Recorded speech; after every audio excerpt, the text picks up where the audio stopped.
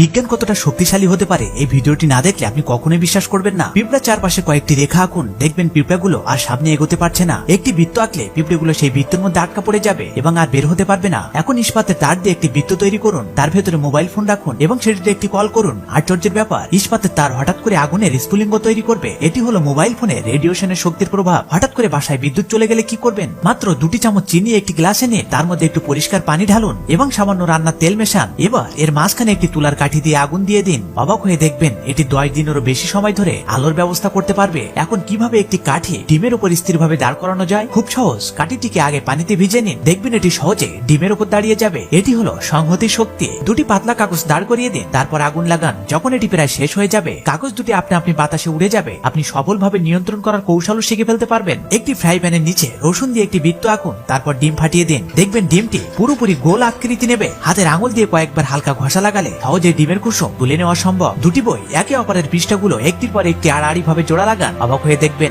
এটি দিয়ে বিশাল এক পানির গ্যালনও তোলা সম্ভব। এটি হলো ঘর্ষণ শক্তির প্রভাব।